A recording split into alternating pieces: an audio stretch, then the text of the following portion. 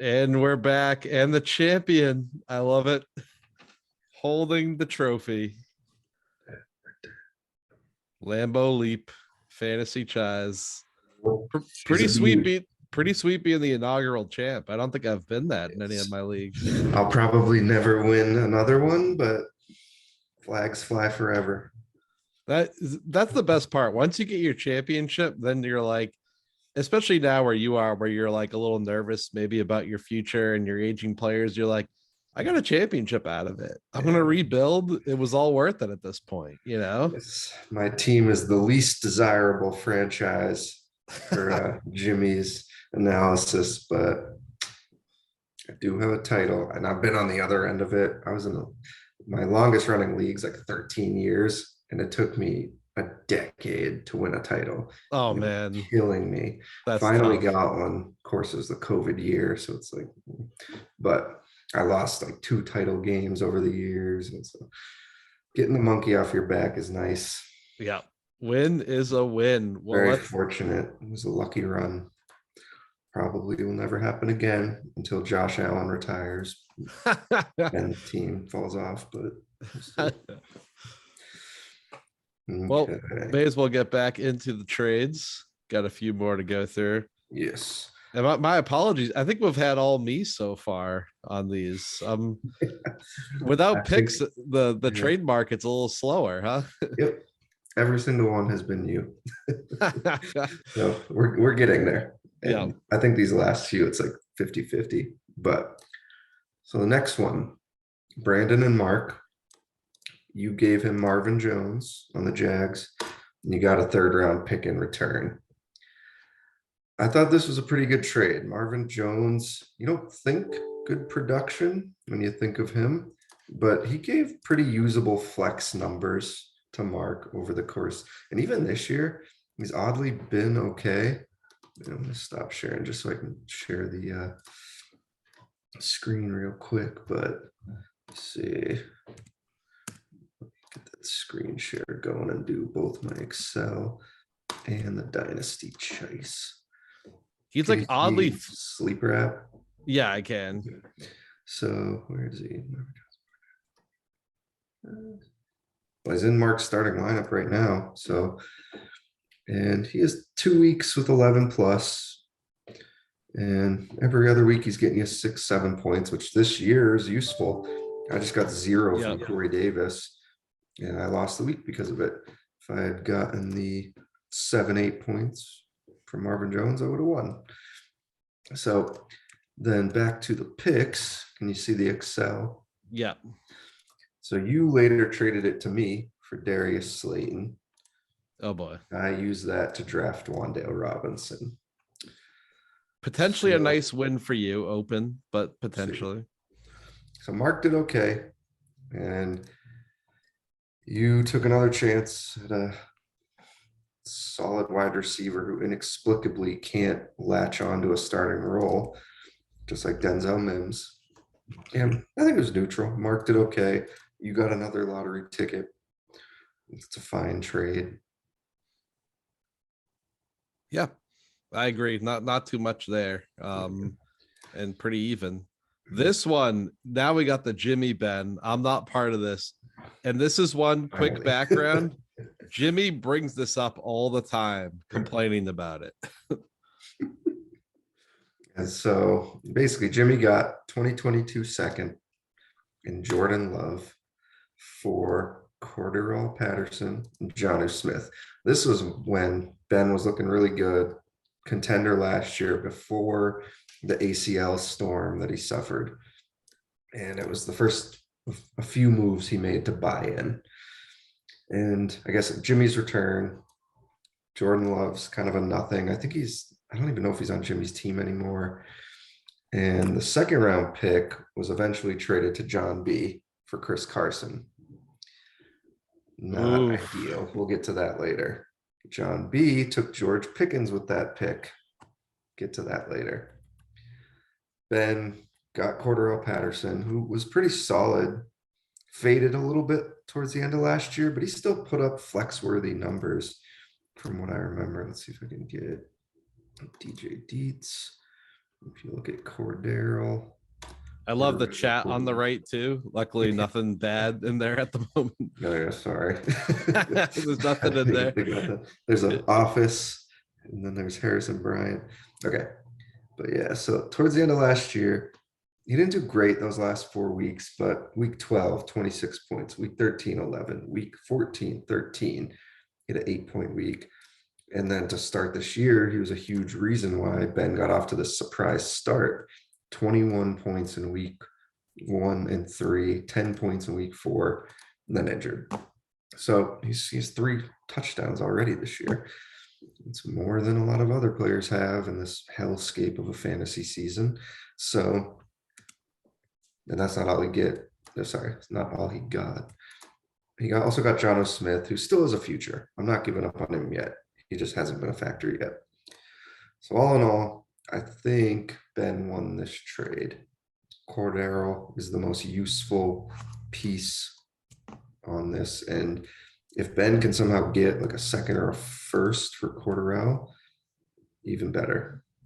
I know the current price. I actually forget what the current price is on Cordero. It was a 2023 second. Yeah, I think it's around there. Was that Patterson and Bob Woods? I forget what his latest one is. Patterson and Bob Woods for a second. That might be the current on the table, but if anyone's interested, reach out to Ben. I will forewarn, Ben seems to be the guy who turns these aging journeyman players into elite players. And when they're off his team, they kind of take a dip. If you remember, Brandon Cooks was awesome for Ben.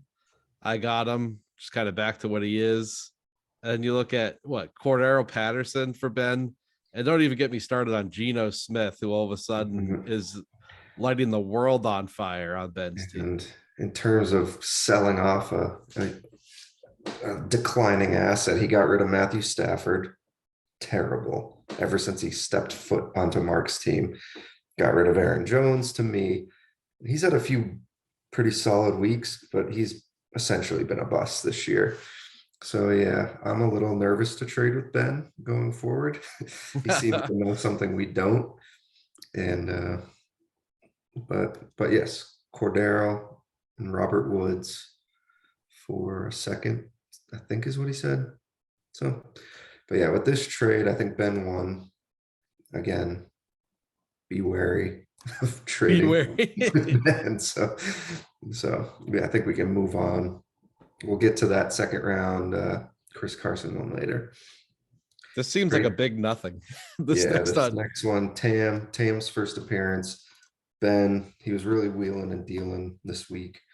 It was Logan Thomas for Quintez Cephas. Tam got the younger player with some upside. Ben got a usable tight end, what we at the time. Pretty much nothing. I don't think we need to spend too much time here. I'm pretty sure Cephas is on waivers. Logan Thomas hasn't played much. So we can move on there to another Tam and Ben. So this one created a good relationship, which led to this blockbuster deal where Tam got 2022 first, 2022 third, and James Washington for Brandon Cooks and Jamison Crowder. And Cooks did well for Ben. He was pretty solid. I don't think he got much out of Jamison Crowder, but the real gem of the deal was Brandon Cooks. He was buying in for last season. Yeah. And he got pretty good production from him, I think. Let's see where Brandon Cooks. He's in my lineup right now, so he's probably on. There we go in the flex. So let's see what we did down the stretch. So yeah, 10, 12, 11, yep. 9, 9, 23, 34. Had Ben made it to the championship, that 34 probably would have got him a title. And the 23 he got certainly helped him in that semifinals. So I think it was a pretty good return trade for Ben. Now for Tam, he used this first on Jamison Williams. We just got bad news on him. Another month till he returns from injury. So to be determined. We'll see. Good upside player to have or a trade chip.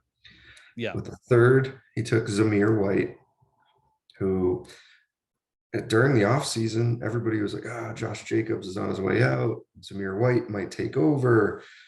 That hasn't been the case. Josh Jacobs should have been a first round pick, and Zamir White's done nothing. James Washington hasn't played. I'm pretty sure he's injured. It looked like he might play a factor in the Cowboys receiving room, but he got hurt. Yeah. So I think it's a neutral trade. Ben got Brandon Cooks, who he later offloaded to you. So he's clear of that aging veteran who apparently is no longer good because he doesn't have the Deets magic. And then he got Jameson Crowder, who hasn't really done much. Tam got a few guys who haven't done anything for him, but do have long-term upside. So I think it was pretty good for both parties. It comes down to what Jamison Williams becomes, which is still very open. And I think we all hope to see him before a Halloween. I would say that was sort of the hope around draft time. You did mention bad news. You could even argue good news long term in terms of they're not rushing him back. That's probably the most important. But I think Jameson, if he was healthy for the draft, might have been the first receiver taken over Drake London in both the NFL and our fantasy draft. So very interested to see what he becomes as an NFL player.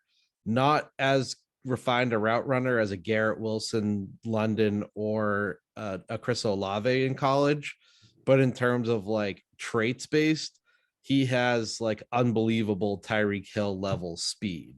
I think that So was the comp, the pro comp for him, right?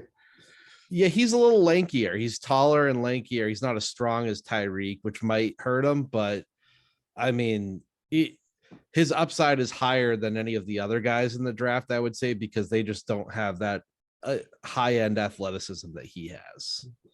And was that the sixth pick in the rookie draft? It was the fifth pick. Fifth or sixth? Okay, fifth. Yep. Gotcha. Oh, yeah. So London went with the third, then Garrett Wilson. Then there was that Spider-Man meme trade where Jamison Williams went, Treylon Burks, sorry, Mark, and then Chris Olave, my boy, falling to 7. Lucky bastard.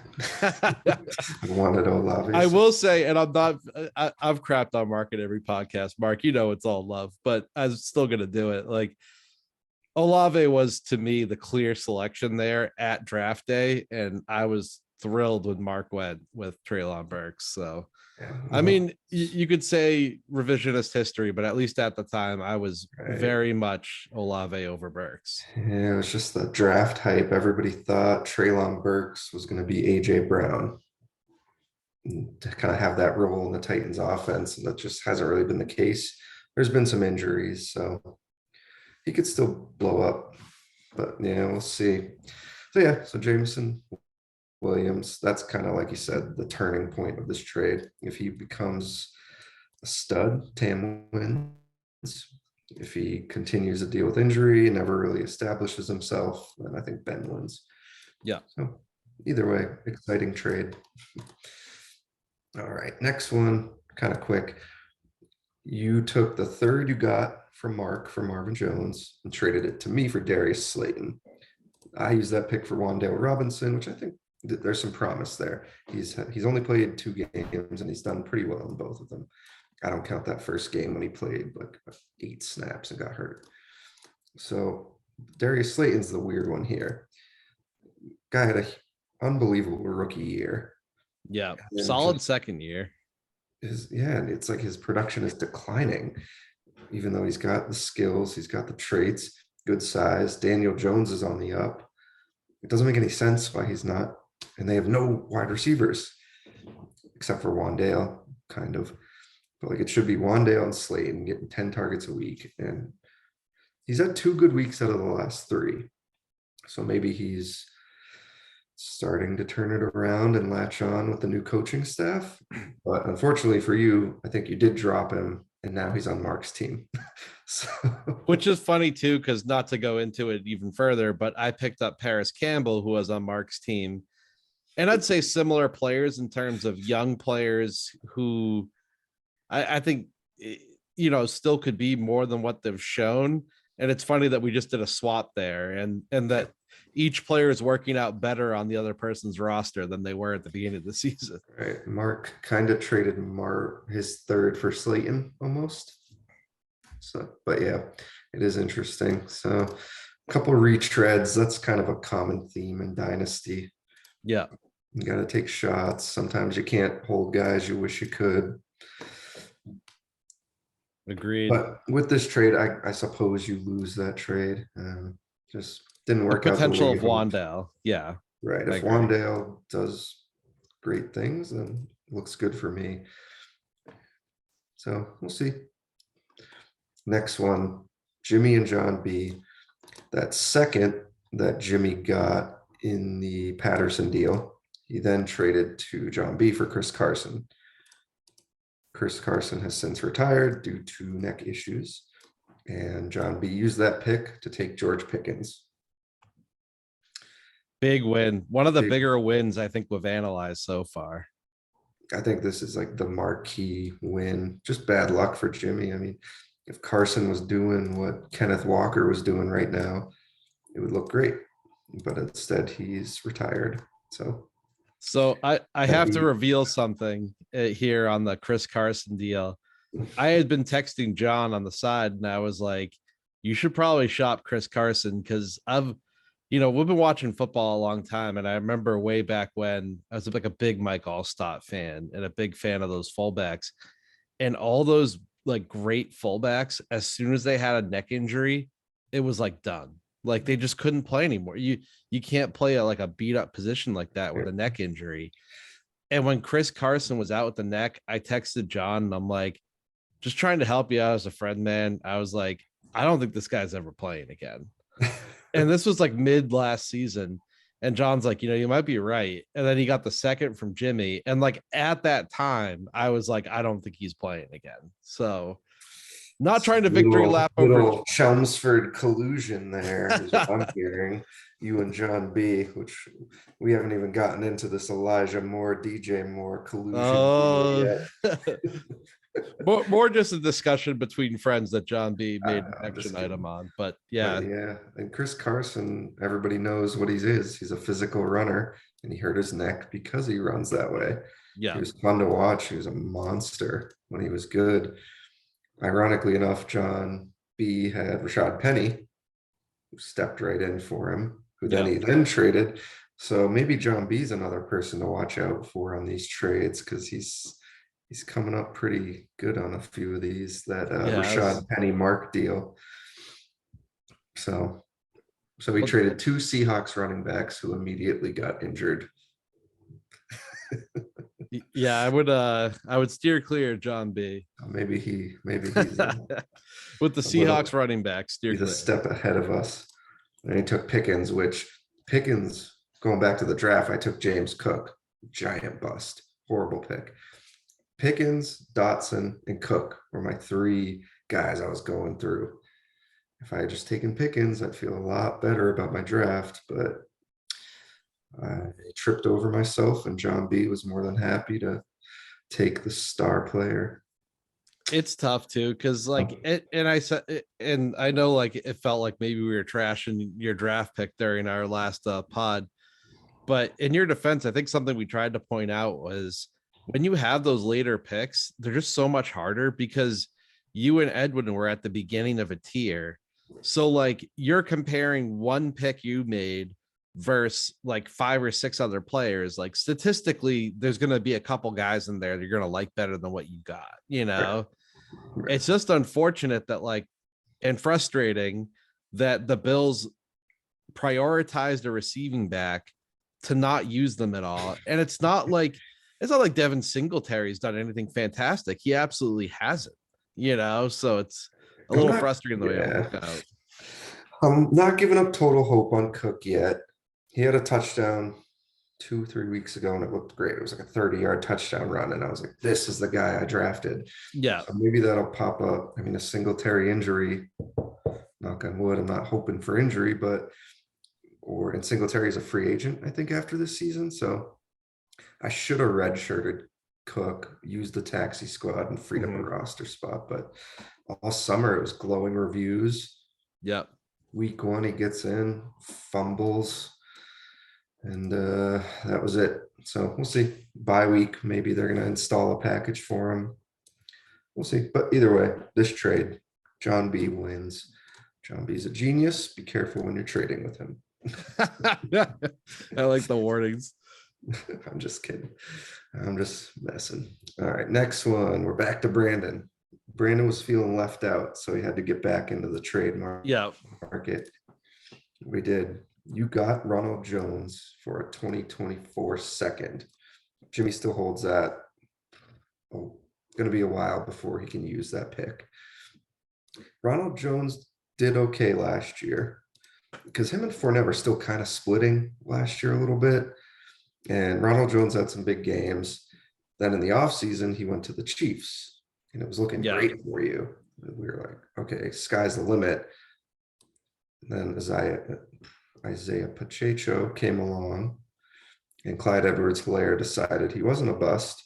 And now Ronald Jones is like a healthy scratch every week. So gotta say that's a win for Jimmy right now. Let's see what this pick turns into though. I agree. And this trade was what I made. I was like, it's a second. I mean, at the time, a 2024 second is a long ways out from November 2021. And I was like, Ronald Jones, I knew was a free agent coming up. So I wanted to pick him up and see where he landed. Felt like I pulled that off with the Chiefs. And I think one lesson learned here for me, and I'm not going to reveal too much on the podcast of the league, is sometimes these guys, when they sign in free agency, get a temporary bump in value. I might look to trade them like an MVS and a Ronald Jones. I felt great about it. I held on, and I feel like I'm stuck holding the bag where I could have cashed out on either player and moved up on with my team a little. No, that's if we're going full circle, bringing it back to luck. Like, what are the odds you get two guys who go to this amazing situation and you're like thinking you're playing with house money now, and neither one of them hit. It's like you got Patrick Mahomes as your quarterback and you're on the Chiefs, Andy Reid, the enemy, and just somehow neither of them hits, but the Chiefs are still scoring points. So bad luck there with the Ronald Jones. Good process, bad result. Career. I remember he was a pretty like sought after rookie. He was going like the 4th, 5th round his rookie year, but then he was terrible. I think he dealt with fumble issues, and then he has talent. He had like a 200-yard rushing game last year. So he's talented, but it's just maybe he can't put it all together. Is he a free agent now in our league? Right. I believe he is a free agent currently. I think you dropped him. So yeah.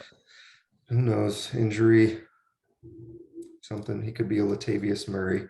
Pops up out of nowhere once a year. So when Ben or Jimmy pick him up, he'll be great. So John B will pick him up, trade him for a second. ATL. But all right. Well, this is an interesting one here. Last one. Yep. I'll let you take it away. We got Tam, sneaky, a very active trading partner. This was Alex's second, other one being the Dalton Schultz deal with you. And this was Alex, I think, kind of buying in. And so they swapped 2nd round picks. So Alex traded up in the 2nd round because Tam wasn't having a good season. And Alex got Odell, Tam got Miles Sanders. Last year, Odell did pretty well, had a strong end to the season, helped the Rams get to the Super Bowl.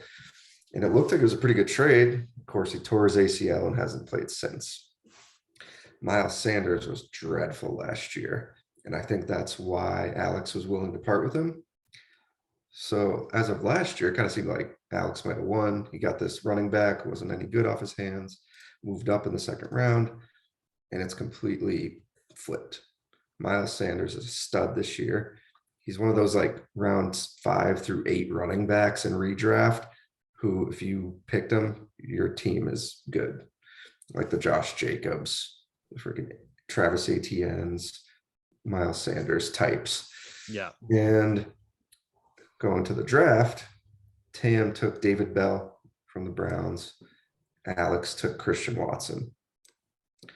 So essentially, Tam gets Miles Sanders and David Bell. Alex gets Christian Watson and Odell Beckham.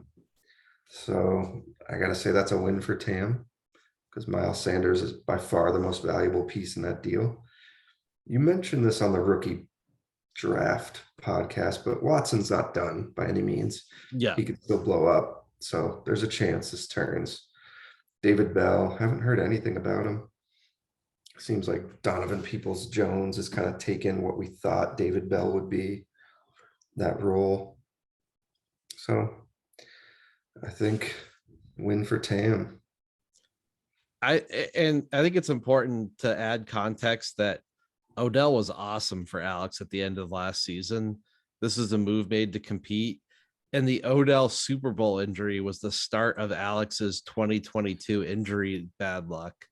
Yeah. He gets even more in trouble with Odell because he never signs with a team. So he can't put him in an IR spot because he's not out each week. He's a free agent. So it's been a tough season. And like Alex, who it's more who hasn't gotten injured on his team than who has gotten hurt, you know? Crazy. I can't even name them all. I mean, Trey Lance. Tua did get hurt for a while. Jonathan Taylor missed a few weeks. Taylor, Jamar Chase, Marquise Brown, Tyquan. Debo has a hamstring now and might miss this week.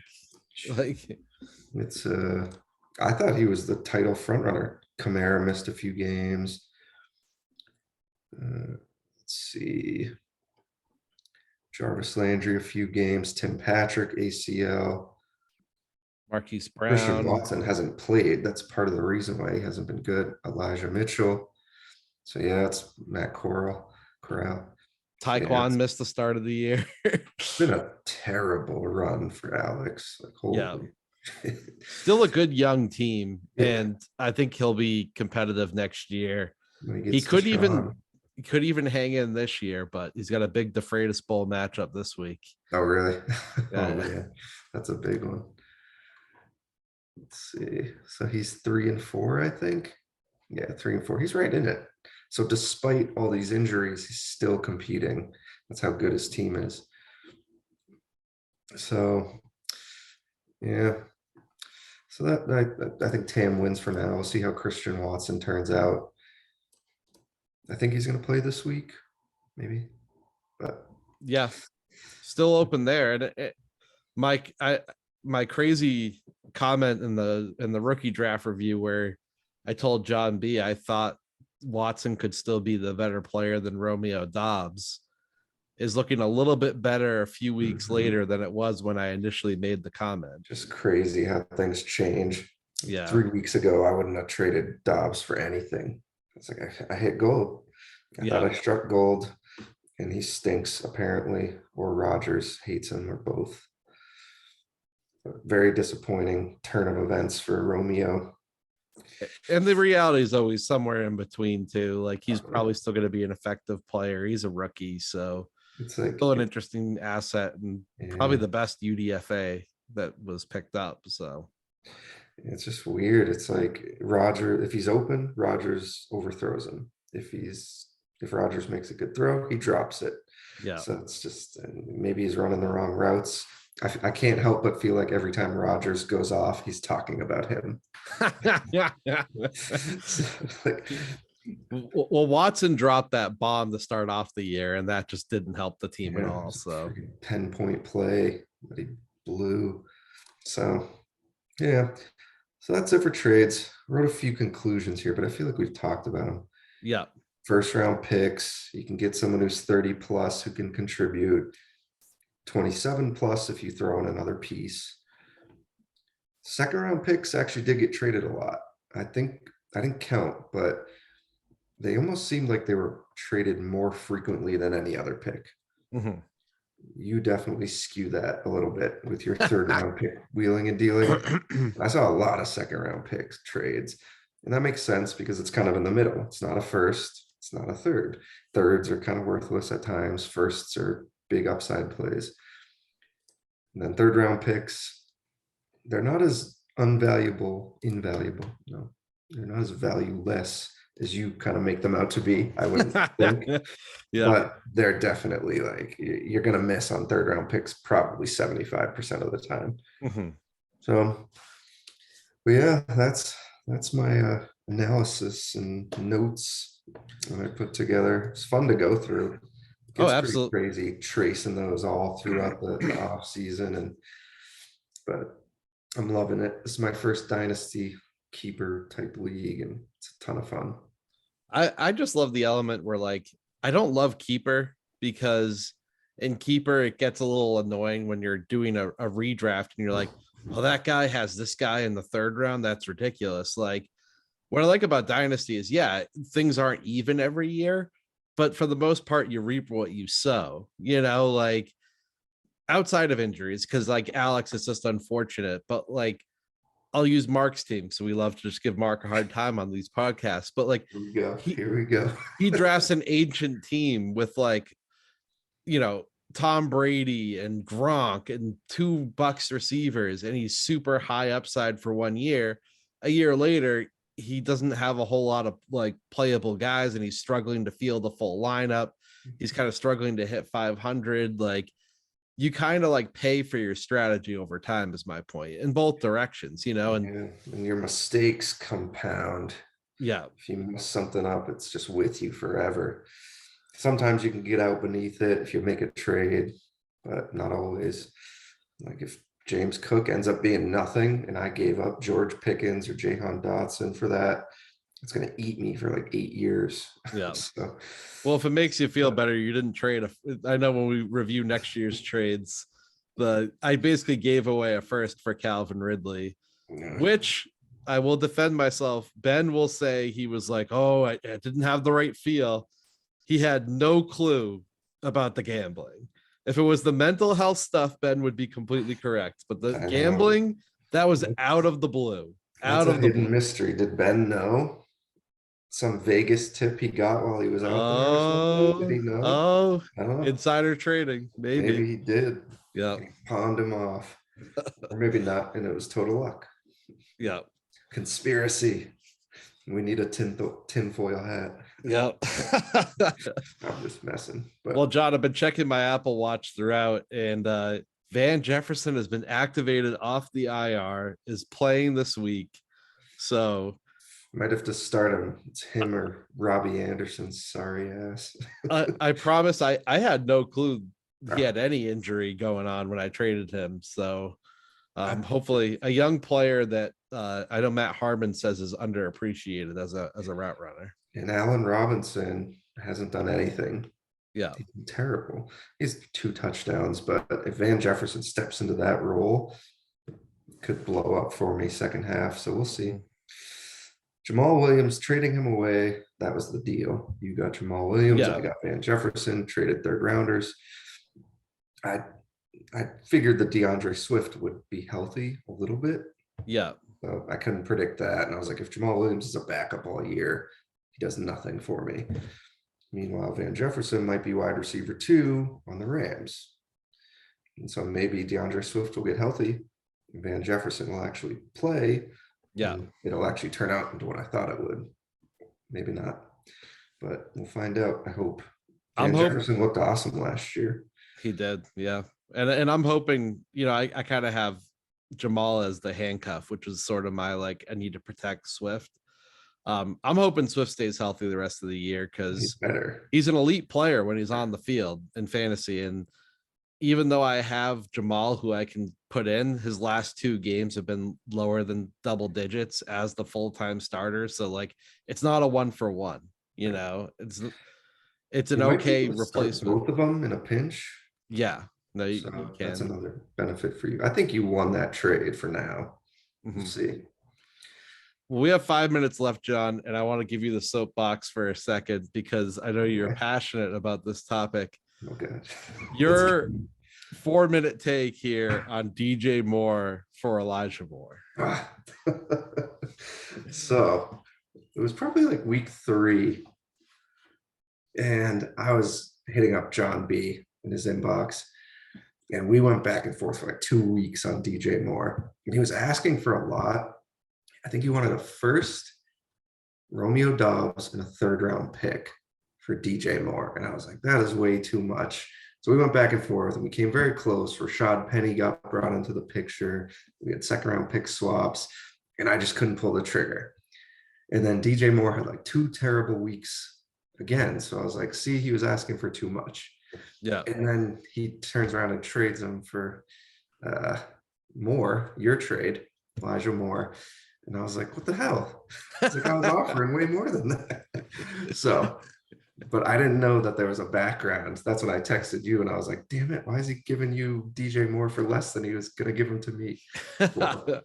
And I was like, Chelmsford collusion. This is BS.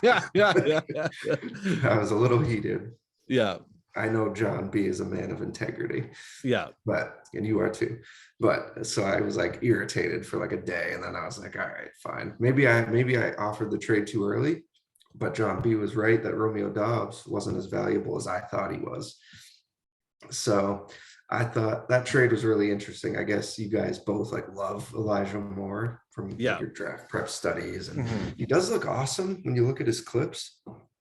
I thought he probably could have got more for DJ Moore though. And of course, DJ Moore goes out and scores a touchdown the next week.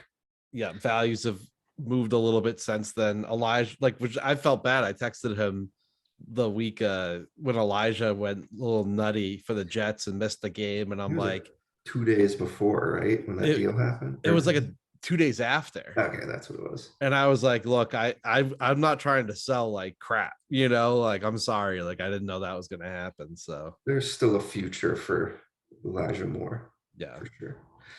But yeah, that was my, I remember texting and I was like, damn it, I could have had DJ Moore and you got him for less. Like, what the hell's going on here? It is funny too, because like Penny got brought in and that version of the deal probably would have worked out pretty nicely for you if Penny stayed healthy, but of course he didn't. So then you probably feel like you dodged the bullet a little bit there with the Penny version of the trade. I think it went, the final was like DJ Moore, Penny, and a second for 1st, 2nd, 3rd Romeo Dobbs. So I would have had to wipe out my entire 2024 draft. Yeah. But I would have gotten 2 flexible players until Penny went down. But so yeah. Never buy a Seattle back from John B. It's on the list. That's the punchline here. He knows a little bit more. But no, that was just funny. I don't want to ruffle feathers. Yeah, no. I had to. I couldn't let a trade podcast leave without giving you a soapbox for the DJ Moore trade. But well, that's all relationships too. Like some people have good rapport, like trade partner wise. So that's why you gotta talk deals with people and just try to build these relationships. It's been awesome getting to know these new guys, the non-PWC guys. Yeah. That's why I've tried to, like, we had the draft in person. We have a lot going on in the chats, and I gave out the numbers, like trying to even the playing field there. Cause I'm sure part of the reason I have so many more trades is like John B and I text on a daily basis about football, so like when you talk, that's the number one thing with trades. The more you talk to someone, the more you're going to be like, oh, wow, this guy likes Elijah Moore a lot, and then you'll like think of these things. So like, for sure, it's all about relationships. It's kind of like, the business world in a sense. Right. Too, so. Like Bill Belichick tends to make trades with certain teams more than others. So yeah, but well, we're less than a minute, John, and we got booted out last time. So we'll wrap it up. Thanks for joining. Really appreciate it. And thanks for I love the Excel analysis. I hope some more people come in and do it, but really appreciate your time, John. Thanks for having me on. Talk soon. Good luck this week in the DeFreitas Bowl. Appreciate it. Good luck as well. And hopefully we're not analyzing more close losses for us going forward. Please no. All right. Thank you, everyone. And until next time, Brandon and John from the All Aboard Podcast. We'll see you again.